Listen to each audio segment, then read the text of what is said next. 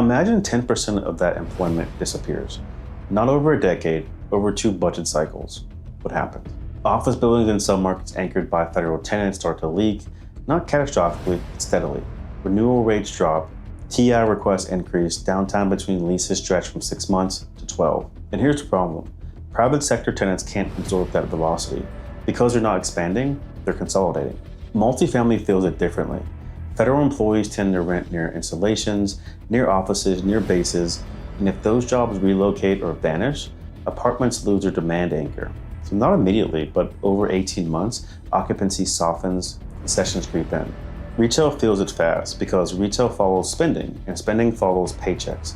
If your shopping center is in a submarket with 15% federal employment and that drops to 10, your in-line tenants notice.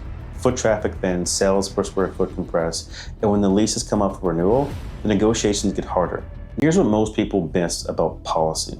It doesn't create demand, it shapes velocity. Take ESG mandates. For the last 5 years, institutional capital has priced in environmental compliance, LEED certification, energy benchmarking, carbon reporting, not because investors care about the planet, though some do, because tenants care, and tenants drive value.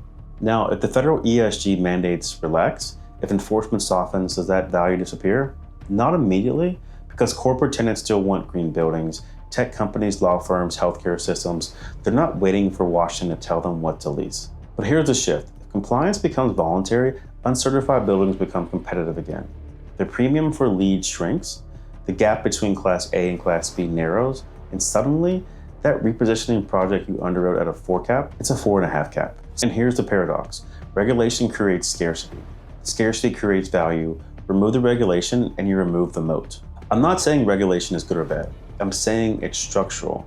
And when structure shifts, value migrates from assets that relied on policy to assets that never needed it. Because the best properties, the ones that survive every cycle, they don't depend on subsidy.